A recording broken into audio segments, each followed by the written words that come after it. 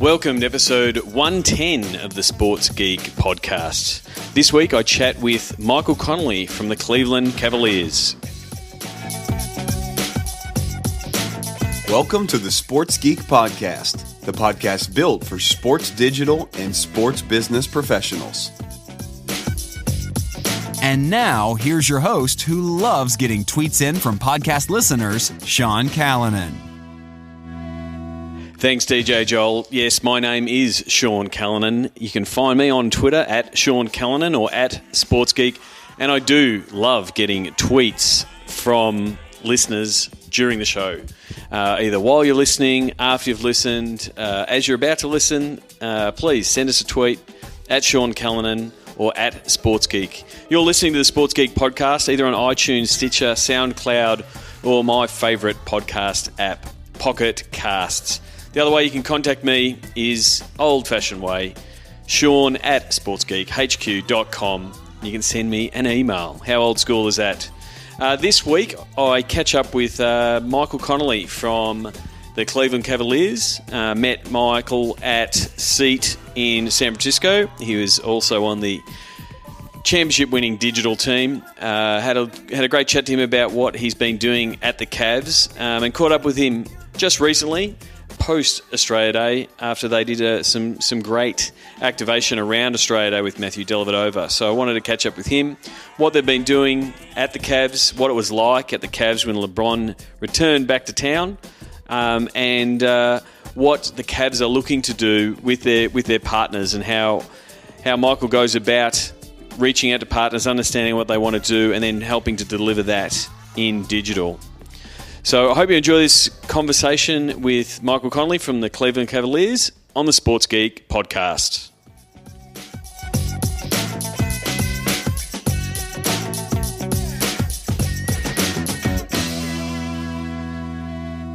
Very happy to welcome VP of Digital for the Cleveland Cavaliers, Michael Conley. Welcome to the Sports Geek podcast. Hey, thanks for having me. Really excited to be here.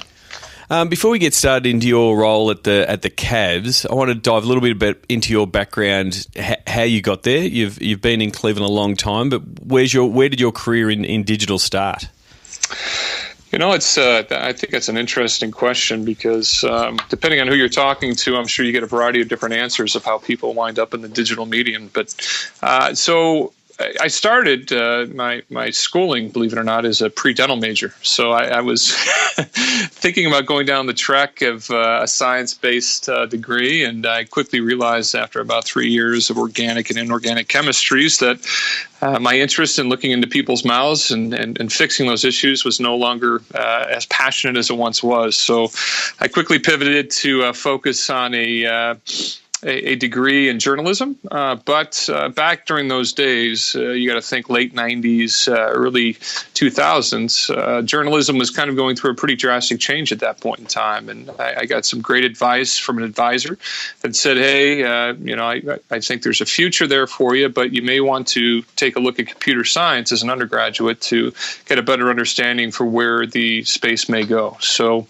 like any journalist, I did not listen at first. I kind of went in and wanted to be the writer or the person on camera, but then slowly started to get into the space and get experience, which really opened my eyes to the fact that digital was the next emerging platform. So with an undergraduate focus with computer science as part of that, it allowed me to really go in and kind of see the space as it was evolving from going from newspaper to digital, and the paradigm shift that took place there. And then saw something very similar with radio and the movement of audio online and streaming audio online, which eventually set itself up for streaming video online. So while I was still a content provider and a content producer, I also was able to handle a lot of the back-end production and the coding that went alongside that. So many, many moons ago, it seems like it was light years ago, getting my start by editing raw HTML templates and understanding how to transform XML files, really laid the groundwork for being able to I think, advanced my career through multiple different stages within the sports space. So I started as a digital arm for the local newspaper here in Cleveland, the Plain Dealer. I was the sports editor for Cleveland.com. After, it was almost 8 years with them, about 8 years, I took a position with Fox Sports Ohio to start their online presence as a digital content manager. And after about a year and a half in, the gentleman that had hired me out of L.A., who was the executive vice president, moved on to take over their mobile strategy. And I was fortunate enough to get the job and the role to oversee all of the RSN, or the regional sports network digital properties, with another gentleman. So we were based out of Texas, which is odd. A lot of people think Fox Sports in Texas, but in Texas they have their network operations center, and their NOC is where they distribute all of the great content they get from the trucks, beam back in and send that back out to the MVPDs or the affiliates. So we streamlined a lot of video production workflow there. We had off-hour support that was there, and that acted as a home base for me to go to LA for content, and to New York for sales, and then more importantly, travel to all the different regional sports networks to help them and guide them in their digital strategy. It was a very interesting time because each of those regional sports networks really do act as their own businesses. So having to almost represent about 20 different business owners that have a variety of different needs through a SaaS solution really created some interesting and fun conversations. So fast forward a couple years, I got a call to come back to Cleveland. And, it was one of those calls that came in very late in the day, and a quick decision was made, and I found myself back home with the Cleveland Cavaliers. So that's kind of the genesis of how I started and where I'm at now. It is fascinating. I do get different responses every time I ask that question about background, because a lot do come from your second original take, not dentistry, but that journalism take of I'm going to be a writer, I'm going to be a presenter, I'm going to create the content. But yeah, really unique, very similar to my background. For 15 years, I was a geek.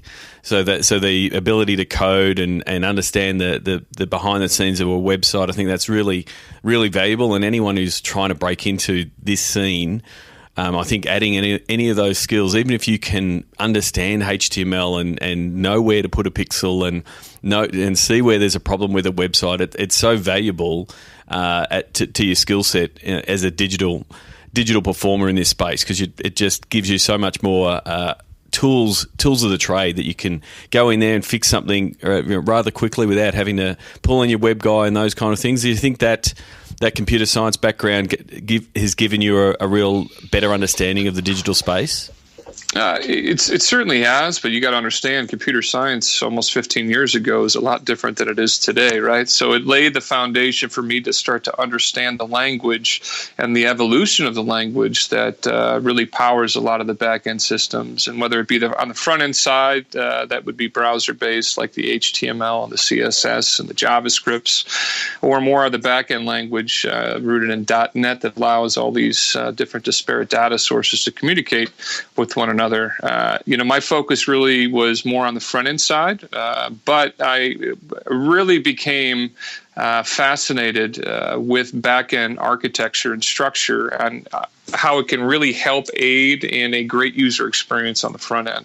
So understanding both of those facets, I think, really kept me focused as I started to move through my career to not only think of things through the public side, but also think of things from an infrastructure perspective and how we can create lean pages and the best experience out of that process to ensure that we're staying ahead of the curve. So, in hindsight, it's kind of like I was able to draw straight with crooked lines in a way to wind up where I am here today. And, there's a lot of people out there that do have that similar story, because it still is such if you think about it, a very new platform. Digital in its current, day and age of being really the predominant player is still, I'd probably say, maybe 3 to 5 years in its glory years right now, compared to where TV had its heyday and radio had its heyday and print.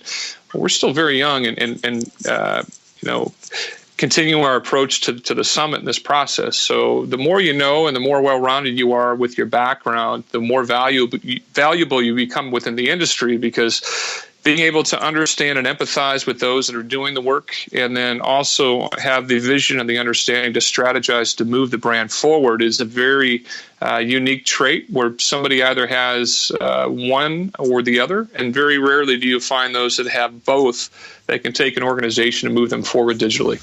Yeah, I really do think that, standing in someone else's shoes, understanding what the tech, your web developers or the tech side of it, whether it be that back-end infrastructure, understand what they're trying to do, and being able to talk in their language. So just by being in that computer science field, you know how to take requirements and all of those kind of things, so makes their job a little bit easier, and it helps for better success and gets that collaboration really working.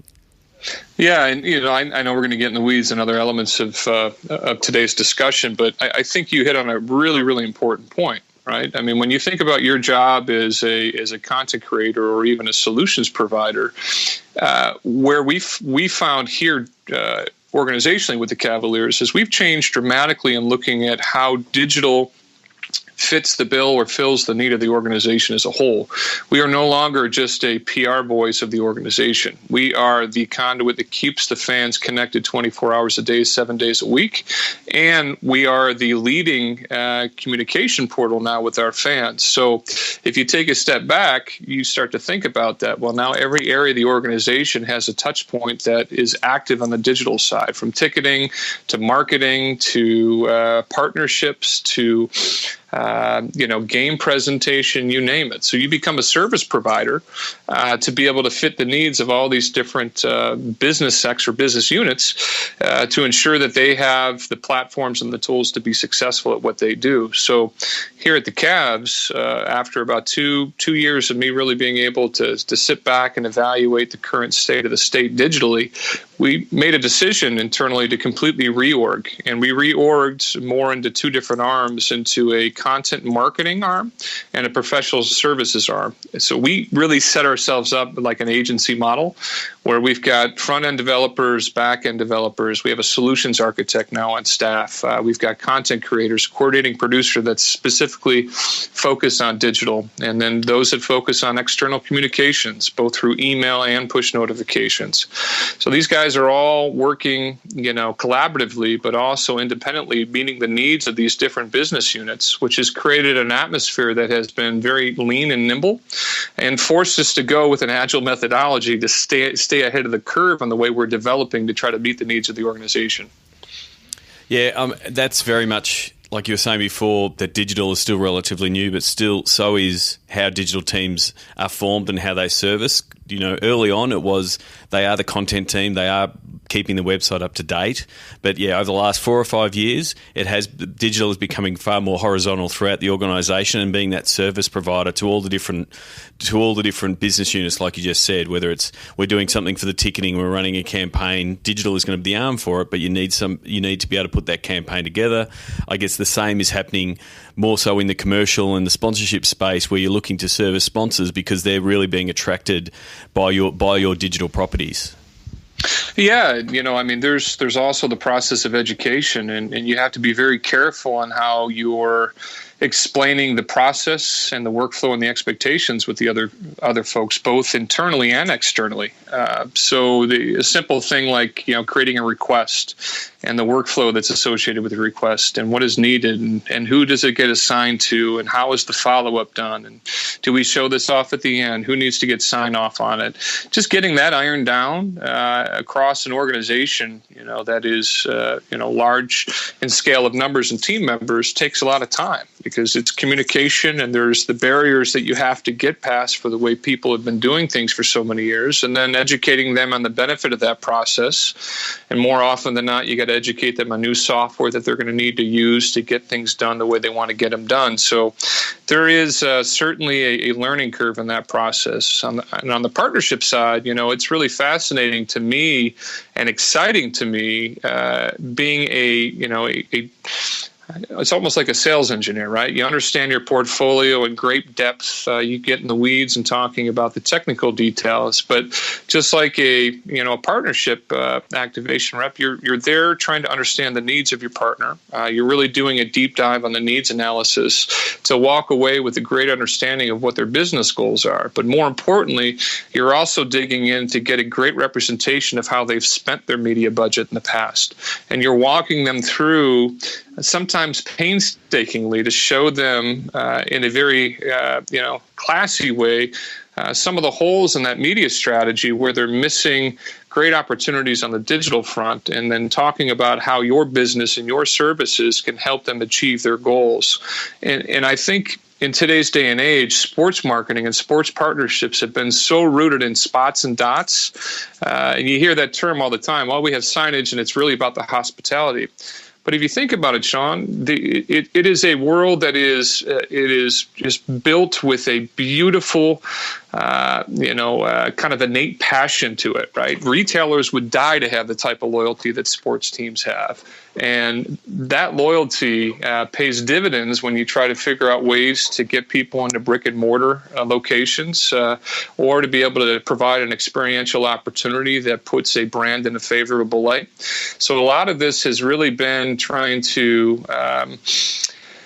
talk and educate the CMOs of the industries that have been around for a long time, that have been hesitant to really look at digital as a viable option, or not just an added value to what they're doing. It could be the main theme of their platform, and that's where we're seeing a lot of this change. Yeah, and that's the thing. It's such a re-education process, because you're re-educating them on how they're going to engage with your team and moving away from the spots and dots, and then seeing your digital channels as a viable channel for their business. So it's not one leap, it's almost two leaps for both the commercial team in some instances, but a lot of the time it's for the sponsors, because they go to sports for this reason and they have for X many years.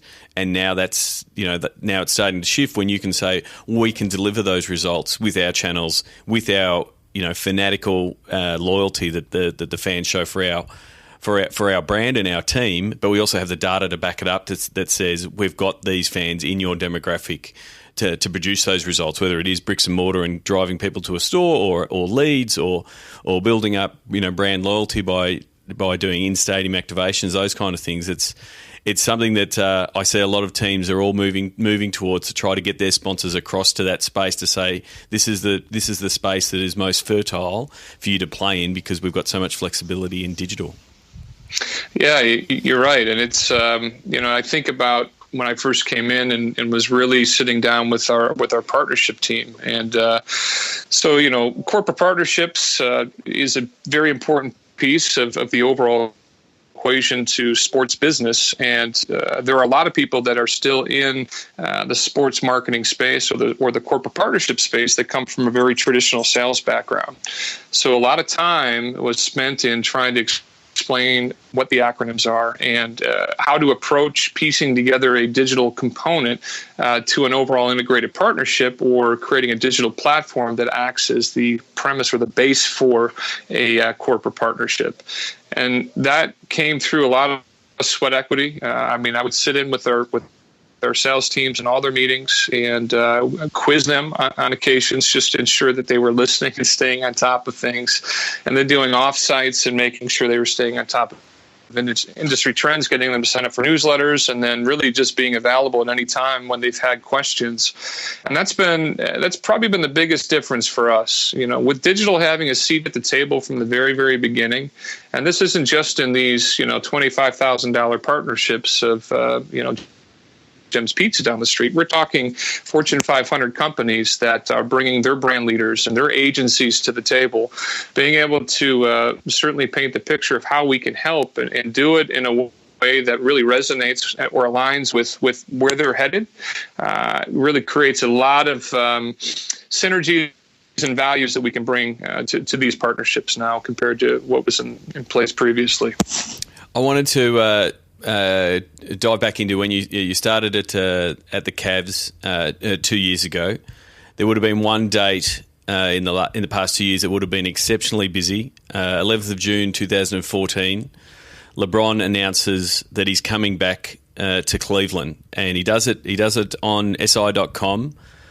And what can you take us behind the scenes of what it was like in the digital department and pretty much the team overall when that announcement happens? What were the parts that you had to get moving?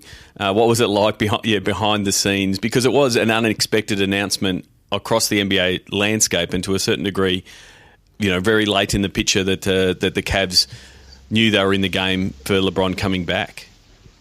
Yeah, it was.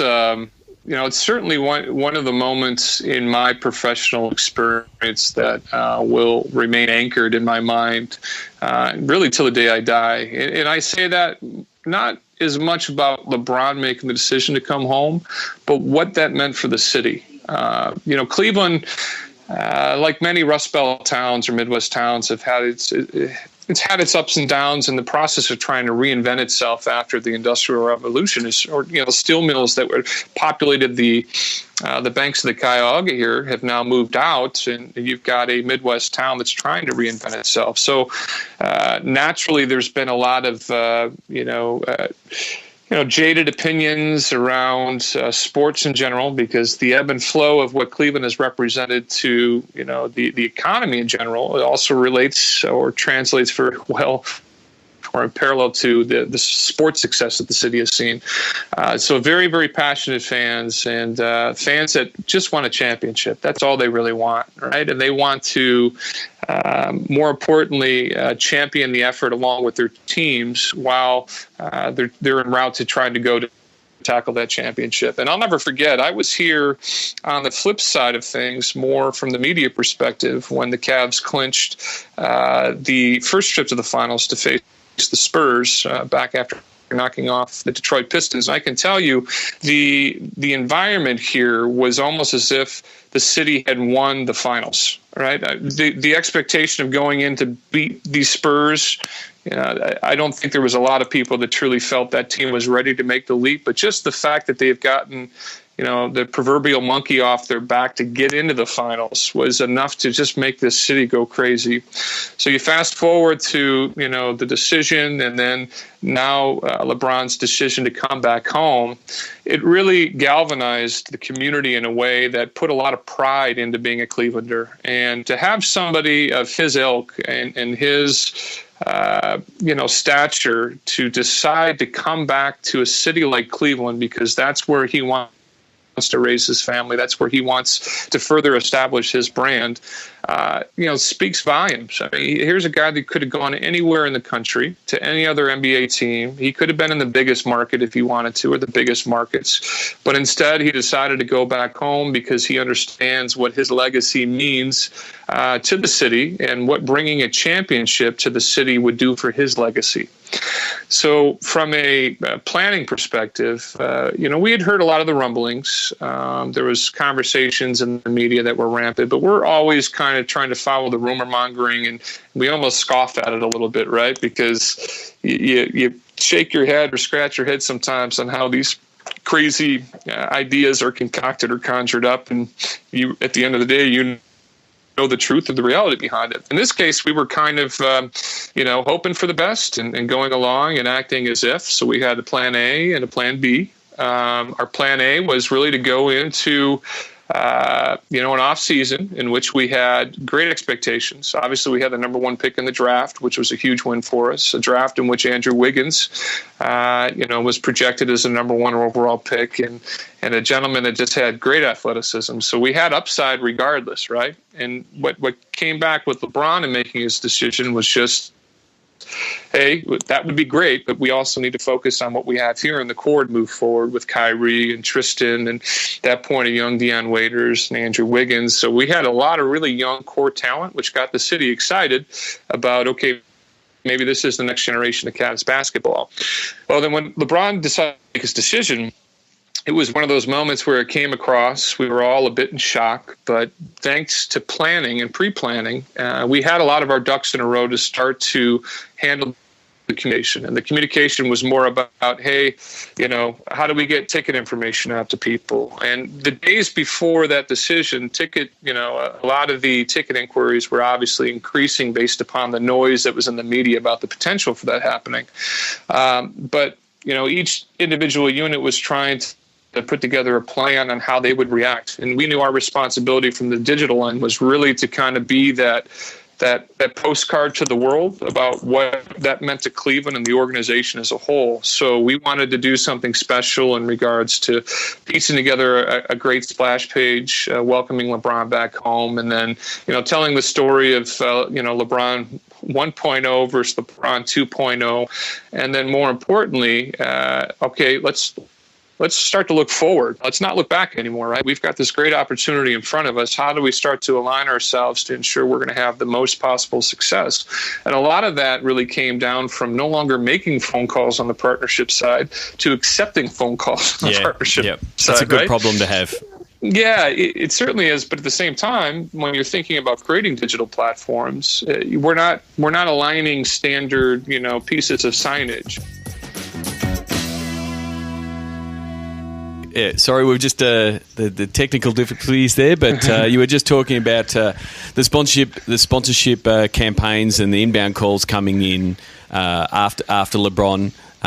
It's something you've just got to be like. It's a preparation of you can't be ready for that kind of event happening. But like you said, you had a plan A, a plan B.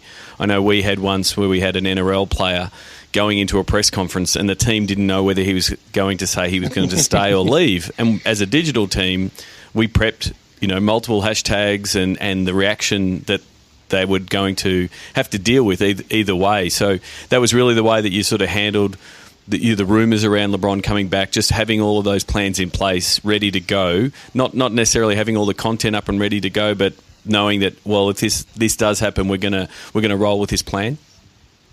Yeah. I think that was certainly the way we looked at it, right? I mean, we go into everything really having an A and a B plan because you never really know what's going to happen. You've got to plan for both in these cases, especially when it comes down to free agency, right? Having been through many off seasons and having a team that was experienced, some of the team members here have been on for 8+ years and have seen, the previous LeBron 1.0 and then this time coming back.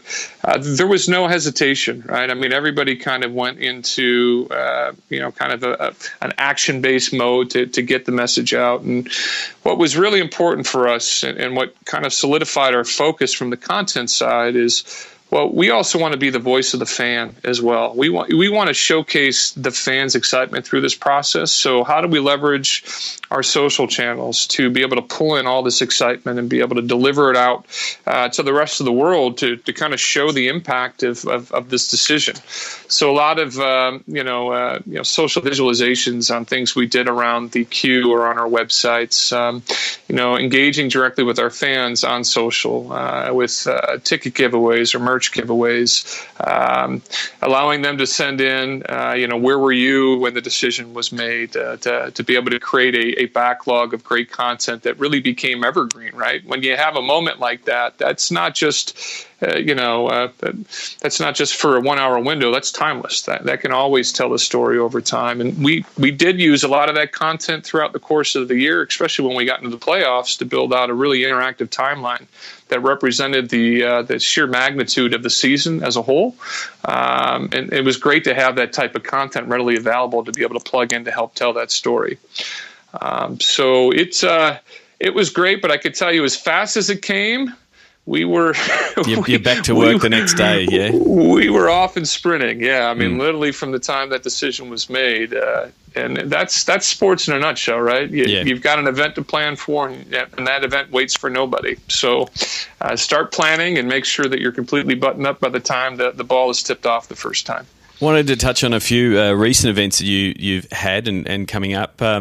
You recently did an Australia Day themed game, and you've also got a Chinese New Year themed game as well. Do you want to take us through some of the reasons behind that and why the Cavs are doing it and some of the partnership options that you've sort of worked around those 2 days?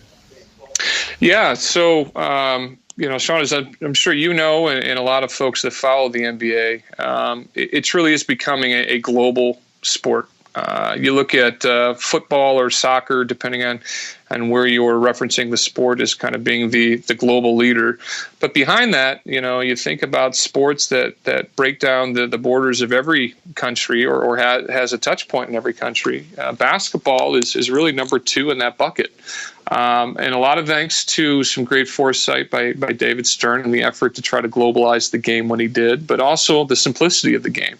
Right? It takes a basket and a ball, and it doesn't matter where you're at, you can play, and you don't need 10 other players to be around you in order to get a game in. It really lends itself to international, or an international fan base embracing the sport in general. So, with the New World roster and the impact and the type of we had on the roster and their international fanfare. I mean, LeBron aside, you've got guys like Kyrie Irving, who's done a great job of establishing an international brand, and Kevin Love. And in our first year, we had Sean Marion, who had a great following from his years.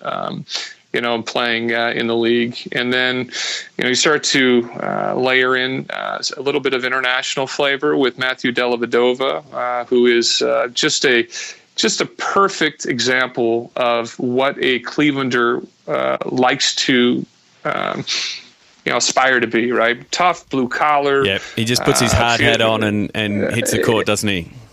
No, exactly. So, we looked at that, and Delly, his story alone, I mean, you got a guy that basically every step along the way has told he's been too small, too short to make it in the NBA, to overcome that adversity and to do it all through hard work. I mean, if you're a brand, think about that, right?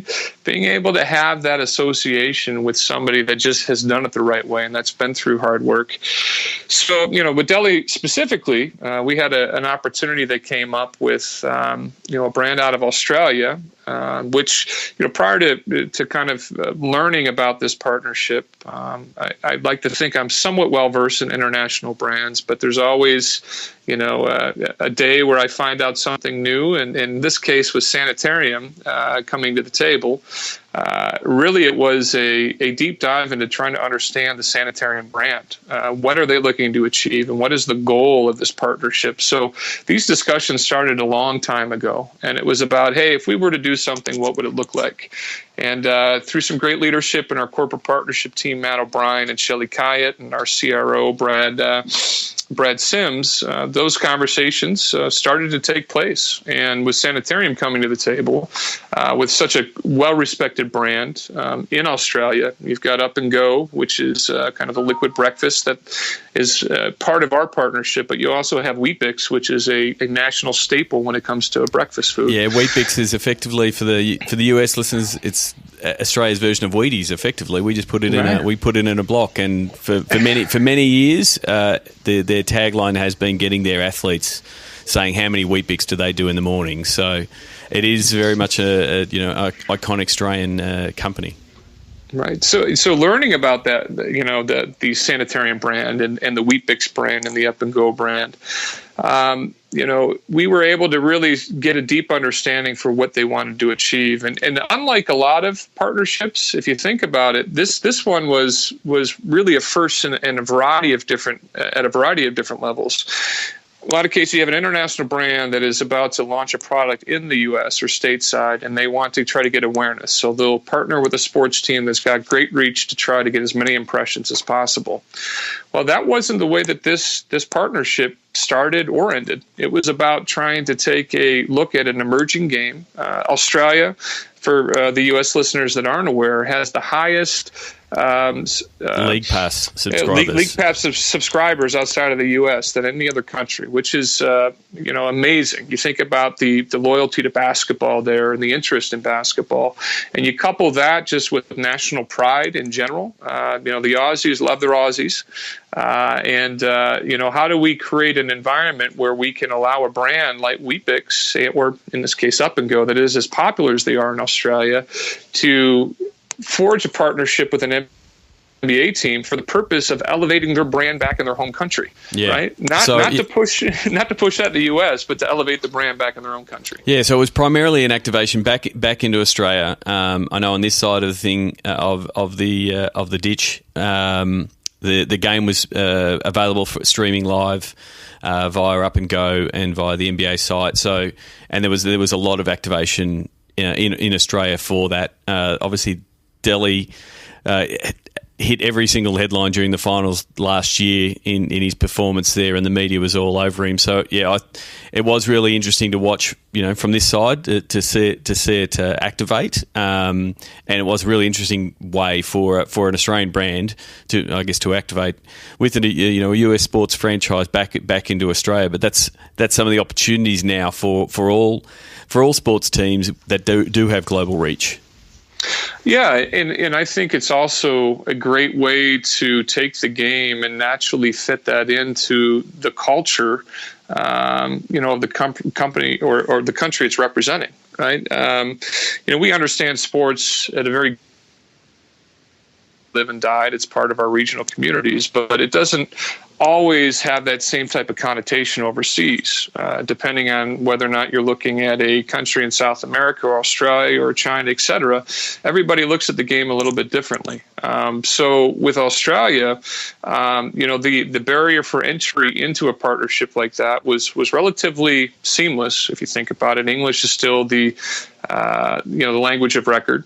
So there's not a big language barrier there. I mean, albeit I learned a ton about how, the Aussies shorten everything into a short. Yeah, everything becomes slang in some form or another. And there is a bit of that. And there's far more sarcasm than there probably should be. But that is the Australian way. But still, very genuine, good-hearted, loyal people and loyal fans. And what we wanted to do with this partnership with Up and Go is to create a genuine, authentic activation by bringing Australia Day, which is a huge celebration in Australia, very similar to what Independence Day would be here, or the 4th of July in the States, and bring that type of excitement and celebration to our fans inside our venue. And with that and the content that was created throughout the course of that game, how do we then reach back out and bring the Australian fan into the queue and bring the queue directly to the Australian fan? And social media became a great pipeline to do that. With the help of Matthew Dellavedova, we created a bunch of videos in advance that we were able to post to social media that had a great call to action, where Delhi asked his fellow Australians to post to social media explaining how they're celebrating Australia Day and using the Cavs Australia Day hashtag, so we can kind of whittle down some of the noise that was tied to the actual Australia Day hashtag. And in parallel, he also reached out to the fans locally here, regionally, and asked them to post pictures of them wearing green and gold to celebrate Cavs Australia Day using the same hashtag. So we curated all that, all of those great posts, and we had those feeds coming in real time. And then we were featuring all that content in a variety of different areas in real time throughout our arena. So the Australian fan, as they were taking in Australia Day and watching the Cavs game in parallel, were posting pictures of how they were celebrating, and fans that were watching the game were able to see up on all of our fascia signage, our corner boards, areas of the concourse, how the Australian fan was celebrating. And then from there, our fans really became excited about joining that excitement and posting pictures from the game, and finding Australia fans that were in the audience and getting pictures with them. Sean, it got to a point where, we were all kind of, excited to kind of see what was going to happen, but we didn't really know what to expect. And by the time we tipped off, it was almost 11 a.m. In Australia, which was actually the night before back here in the States. So you think about a 16-hour time difference between the two. We thought maybe there was going to be a little bit of a challenge there, but once we got past the initial hurdles earlier in the partnership, we realized a very smooth transition on how to work, with greater than 10,000 miles separated between us, to be very effective in being able to bring a live event like this to life. I mean, it was it. I mean, if it does help, it was a national public holiday in Australia, so there would have been a lot of people at home, probably watching the game. then setting up the barbecue for an Australia Day barbecue later in the day. So I think the timing was absolutely right for it. I think the next step, and I think Lee Ellis from the Starters was at the game and he asked LeBron, I think the next step is obviously to bring a game out to Australia, and considering we're going to say that you've got 2 Australians on your team because Kyrie Irving was born in Melbourne, I think we should be putting the Cavs up to be nominated to come out and maybe play a game at Rod Laver Arena, maybe the same place that the Aussie Open was just played, and 15,000 people will fill that place, no problems. Yeah, I think the future game as it relates to the Cavs and international travel is really set forth by the global games with the NBA. But the NBA looks at what are the best emerging markets or established markets where we've already got a great fan base that we want to try to nurture by bringing the game, or where's new ground that we want to break by introducing the game. And now as you start to look traditionally and where they've targeted games, China's been a big market for them, obviously, given the sheer population of potential fans. The Cavs previously, in LeBron's first year back, with the big three intact with Kevin, LeBron, and Kyrie, we went to Brazil, which was Andy's hometown, Andy Varejão. So this is the first time he was able to bring his team, to his country and play a game there. And it was really great to see the Brazilian fans come out in support of Anderson Varejão, and we were able to create new fans that night, to say the least. But this one is really special, I think, to not only Matthew Dellavedova, but as you mentioned, Kyrie Irving being born in Melbourne. But we have a strength and conditioning coach, Alex Moore, who is also from Australia, and he's a very important equation to what the team does behind the scenes and working with our athletes to ensure they're in the best shape possible, following the right meal plans, making sure they're getting the rest appropriately, and doing it all scientifically. He's got a great track record, and the pride that they have, from being from Australia, I think has rubbed off on teammates, has rubbed off on other people in the organization, where there's certainly an interest there. We're going to be at the mercy, obviously, of seeing where the global games takes us next. But I can tell you, Australia is a great frontier and opportunity for us just to simply come out and kind of embrace and enjoy the fans, because we've seen the passion there. And there's nothing better than playing in front of 15,000 loud and excited fans. And we know if we were to stop in Australia, that would be the case. I've got one last question, because part of your role with Cleveland Cavs is you also run and manage the digital for the minor league teams under the charge of the Cavaliers. And a lot of the minor leagues, in baseball and basketball, are sort of known for their out there innovation for game day things, and really get the promotion out there to get it in front of fans. Do you use those minor league teams as a little bit of a beta platform to test a few things, whether it be newer platforms or try a few different campaigns with those minor league teams?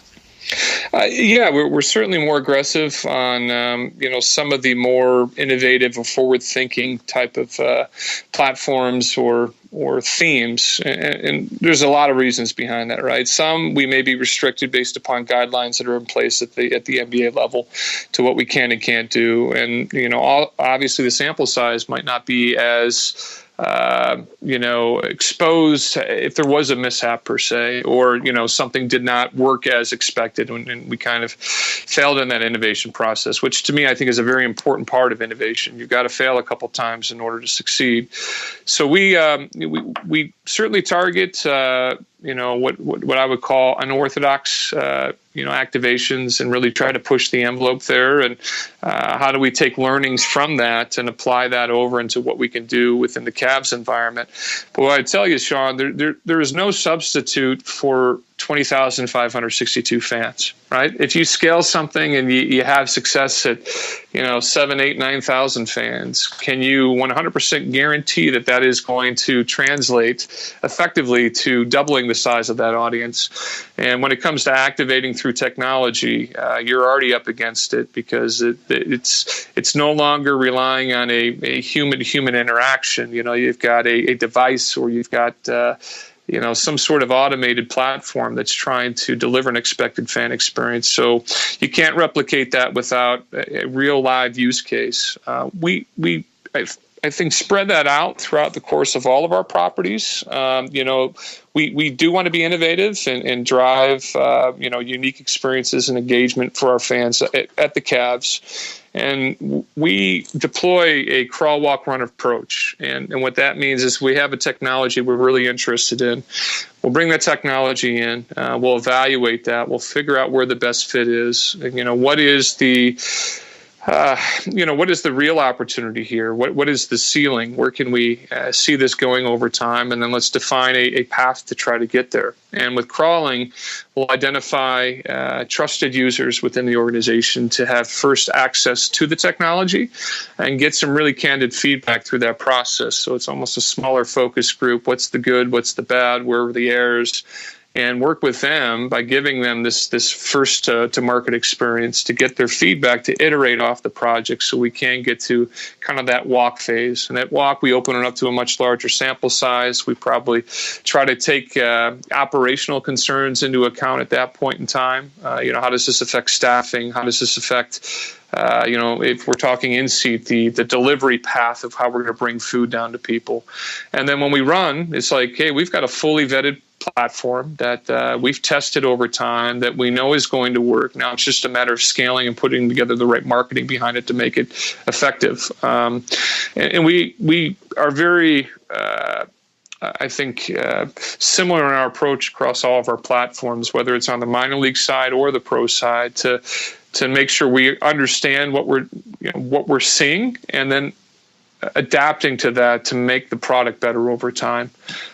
So it's exciting to have all the different properties to work with. But I think a lot of our success and our freedom comes from an ownership team that is okay of failing to find the next great solution, right? And pushing us and challenging us to always be forward thinking and working on our business, not just in our business. And a lot of people get caught up in being so focused on the day-to-day that it's very hard to take a step back and really look strategically on what's going to get us to the next phase. Yeah, that's one of the lucky parts of what I do at Sports Geek is I'm normally the person that's actually pulling the person to step back and say, let's look at the things, because the day-to-day can get on top of everything that you're doing.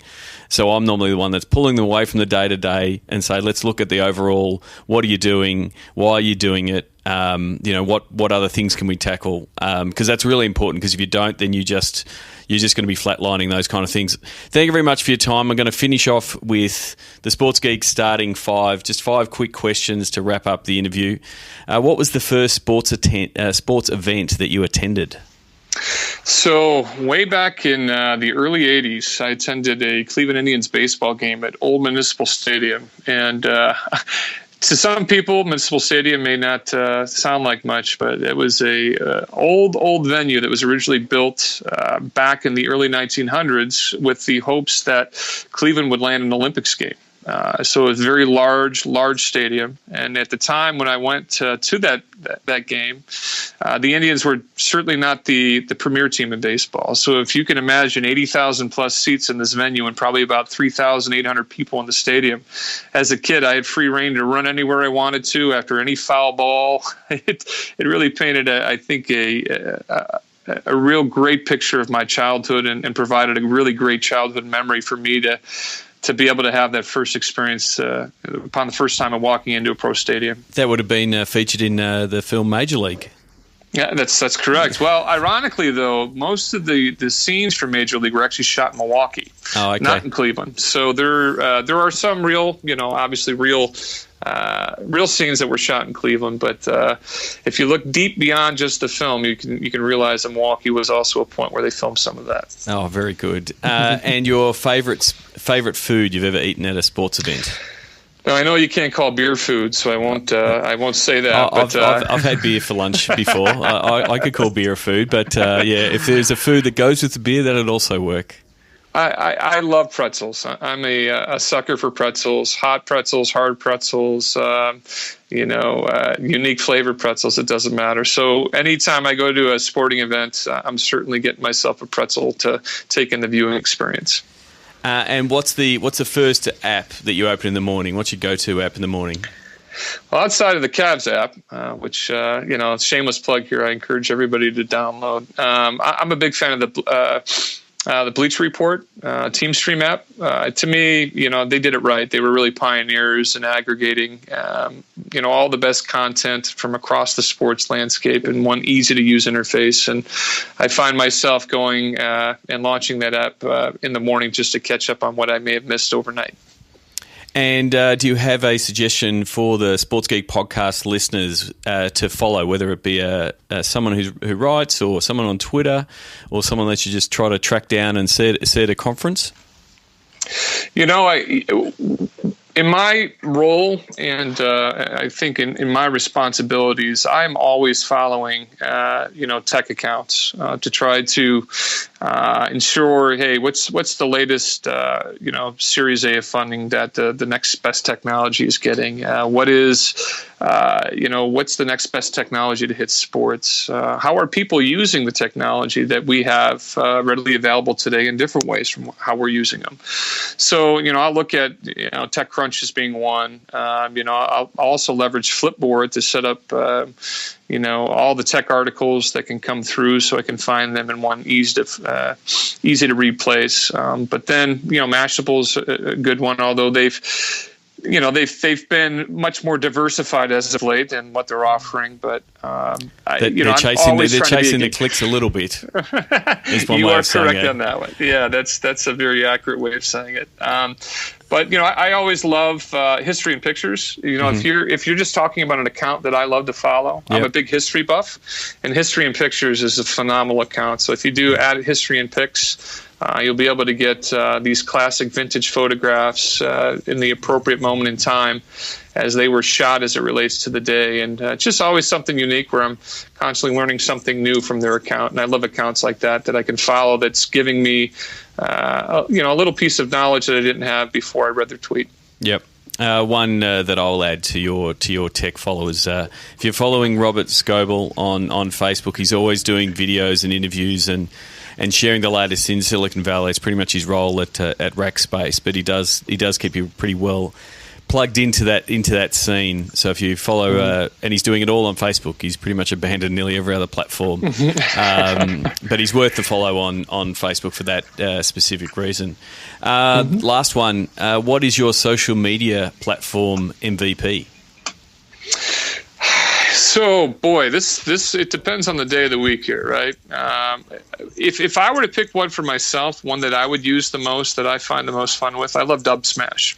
Okay. And for people that aren't familiar with Dub Smash, I know that sounds completely off the wall, but there are applications where Dub Smash can relate to sports. If you think about all the iconic radio calls your team has had over time, try to position an audio file for people to recreate, and some sort of sweepstakes is always fun to see how people react to those calls. But from an organizational perspective, it's certainly Instagram. Instagram is the fastest growing platform for us. It's a image-driven platform. I think it fits that millennial Gen Z demographic that everybody's certainly trying to better understand and research as they start to come into purchasing power here in the near future. Some millennials obviously already are. So, how do we take, with what we're seeing and how we're seeing our fans engage and interact with us, and really try to apply those best practices to growing our other platforms? Facebook is probably the most mature for us. It has the most engagement, but there are other platforms like Instagram and Snapchat and some of these others that are really starting to gain steam on how we can effectively reach these audiences in a really unique way. Yep. Well, thank you very much, Michael. How can people follow you or send you a tweet? So on Twitter, you can follow me at MP Conley. That would be the letter M as in Mike, letter P as in Patrick, and then Conley. L-E-Y? Yeah, Conley. Yeah, just like the point guard for the Grizzlies, but I think he's got a better contract than I do. Yes, exactly. So don't go and tweet the Memphis Grizzlies point guard, but please send Michael a tweet. Tell him that you've listened to this episode.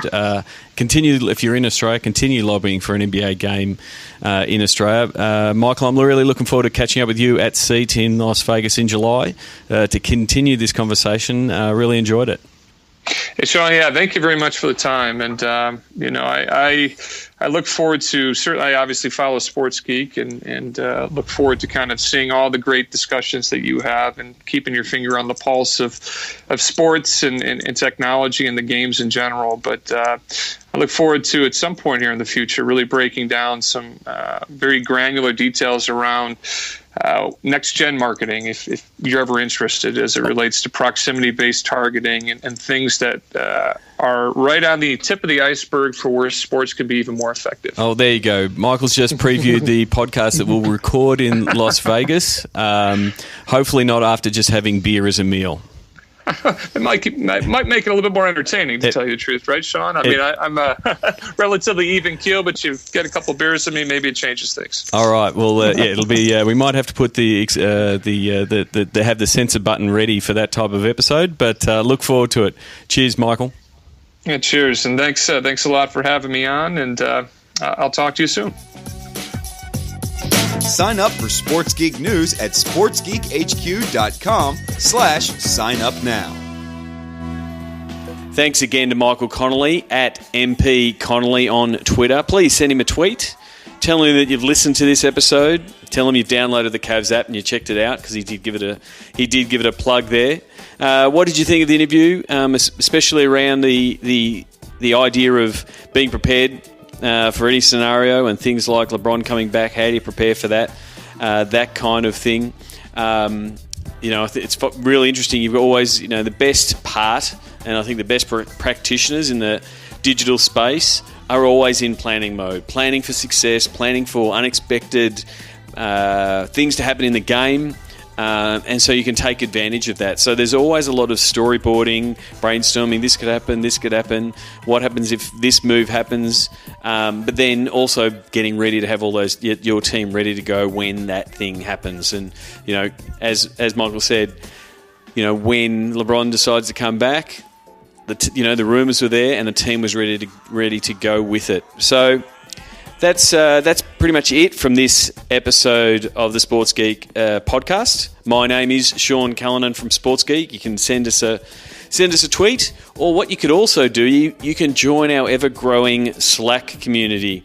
We've got a sports business Slack community. If you work in sports business, or you want to work in sports business, and you want to check out Slack, Slack's a great messaging collaborative tool. Please just go to sportsgeekhq.com/Slack. We are now just crept past 80 members, and they are worldwide. We've got people over in Europe, in England, people from Australia, and obviously people in the US. So I invite all of my guests to join our Slack community. Michael is one of the people in there. So if you want to ask him a question or have your say on all things sports business, please join us in that Slack community. sportsgeekhq.com/Slack is how you get your invite. Until next week, thank you for listening. My name is Sean Callanan from Sports Geek. Cheers. Like the Sports Geek podcast? Find us on facebook.com/sportsgeek. Check out which teams work with Sports Geek at sportsgeekhq.com/clients. Please leave a review on iTunes. Go to sportsgeekhq.com/iTunes. Thanks for listening to the Sports Geek podcast.